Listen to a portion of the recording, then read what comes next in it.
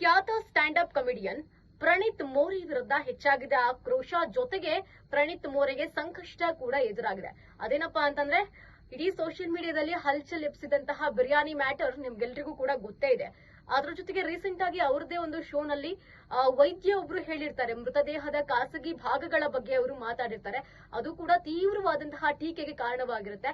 ಅದೂ ಅಲ್ಲದೆ ಅವರ ಸ್ಟ್ಯಾಂಡ್ ಅಪ್ ಕಾಮಿಡಿಗಳಲ್ಲಿ ಯಾವಾಗ ಈ ರೀತಿ ಟೀಕೆ ಹೆಚ್ಚಾಗುತ್ತೋ ಅಂತಹ ವಿಡಿಯೋಸ್ ಗಳನ್ನ ಸೈಬರ್ ಪೊಲೀಸರು ಕೂಡ ಅವ್ರ ಮೇಲೆ ಕಣ್ಣಿಟ್ಟು ಅಂತಹ ವಿಡಿಯೋಸ್ ಗಳನ್ನು ಕೂಡ ಅವರು ಒಂದಷ್ಟು ನೋಟ್ ಮಾಡ್ಕೊಂಡಿದಾರಂತೆ.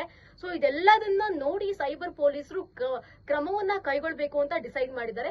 ಇದರ ಜೊತೆಗೆ ಗೃಹ ಇಲಾಖೆ ಕೂಡ ತನಿಖೆಯನ್ನ ನಡೆಸಲೇಬೇಕು ಈ ವಿಚಾರಕ್ಕೆ ಸಂಬಂಧಪಟ್ಟಂತೆ ಅಂತ ಹೇಳಿದೆ. ಸೊ ಹಾಗಾಗಿ ಪ್ರಣೀತ್ ಮೋರೆಗೆ ಸಂಕಷ್ಟ ಎದುರಾಗಿದೆ. ಸೊ ಈ ತನಿಖೆಗೆ ಅವರು ಯಾವ ರೀತಿ ಸ್ಪಂದಿಸ್ತಾರೆ ಅನ್ನೋದನ್ನ ವೇಟ್ ಮಾಡಿ ನೋಡ್ಬೇಕು.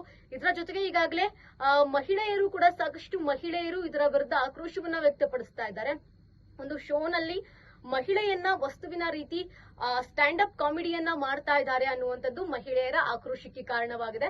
ಸೊ ಇಂತಹ ಘಟನೆಗಳಂದ್ರೆ ಕಾಮಿಡಿಯ ಹೆಸರಿನಲ್ಲಿ ಹೆಚ್ಚಾಗಿ ಮಹಿಳೆಯರ ಹೆಸರುಗಳನ್ನ ಬಳಸ್ಕೊಳ್ಳೋದಾಗಿರಬಹುದು, ಜೊತೆಗೆ ಡಬಲ್ ಮೀನಿಂಗ್ ಕಾಮಿಡಿಗಳನ್ನ ಮಾಡುವವರ ಸಂಖ್ಯೆ ಕೂಡ ಹೆಚ್ಚಾಗ್ತಾ ಇದೆ. ಸೊ ಇಂತಹವರ ವಿರುದ್ಧ ಕ್ರಮವನ್ನ ಕೈಗೊಳ್ಳಬೇಕು ಅಂತ ಕೂಡ ಹೆಚ್ಚಿನ ಮಹಿಳೆಯರು ಹೇಳ್ತಾ ಇದ್ದಾರೆ.